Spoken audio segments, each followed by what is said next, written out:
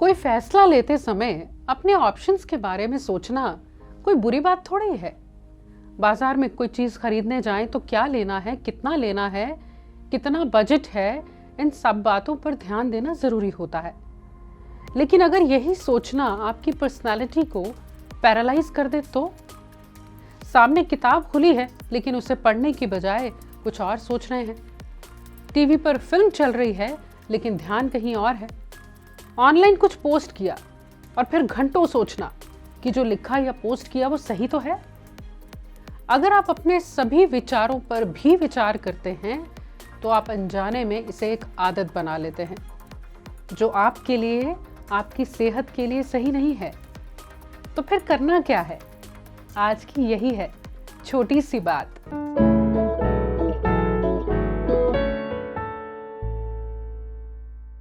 पहले ये जानना जरूरी है कि क्या आप ओवरथिंकर हैं? आज कुछ हुआ और कई दिनों तक उसी के बारे में सोचते रहना, सॉल्यूशन ढूंढना, फिर खुद ही उसे रिजेक्ट कर देना।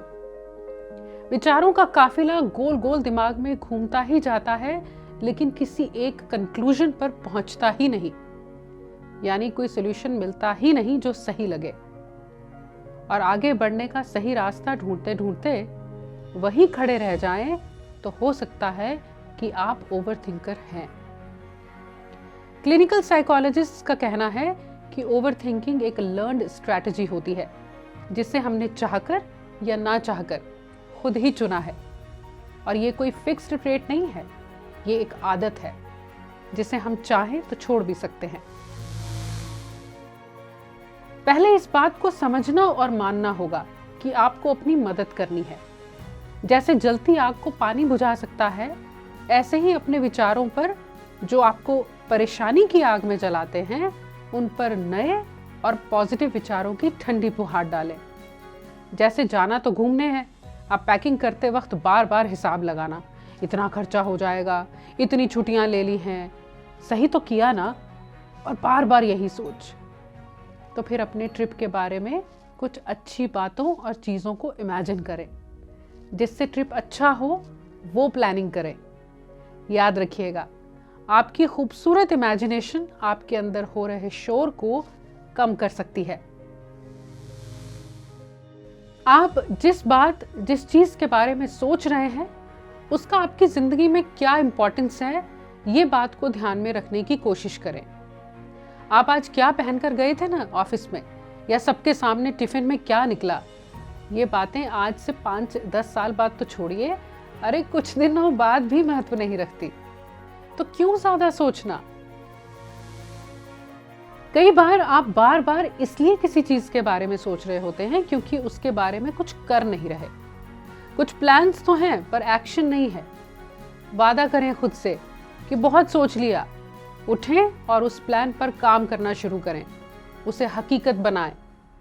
अपने प्लान को लिख भी सकते हैं।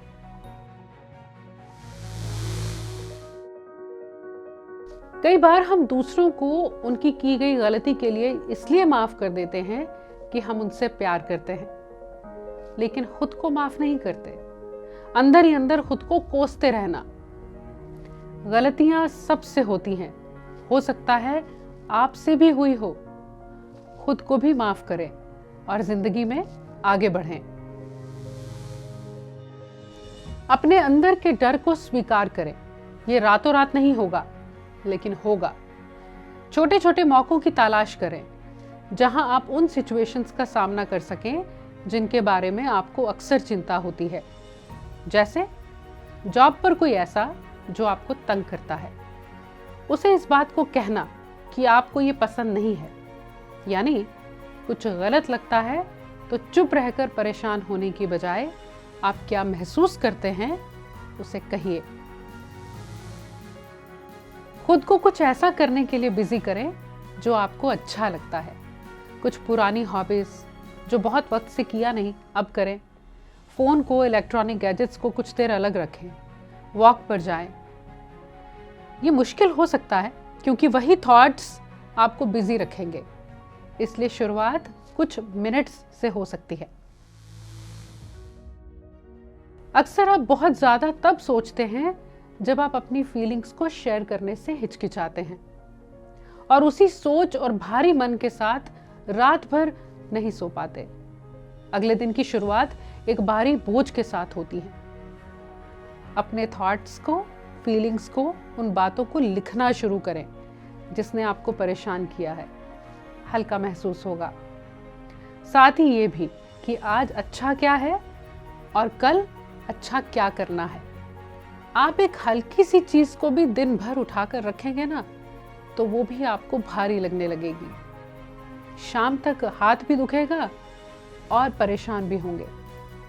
बाकी कोई काम भी नहीं हो पाएगा।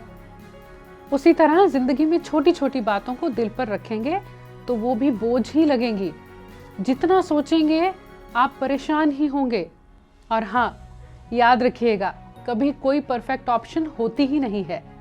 इंदिवर साहब ने लिखा है ना, सोचना क्या, जो भी होगा देखा जाएगा। कल के लिए आज को ना खोना, आज ये ना कल आएगा। जो होना होगा होगा वही, सोच के तू क्या पाएगा।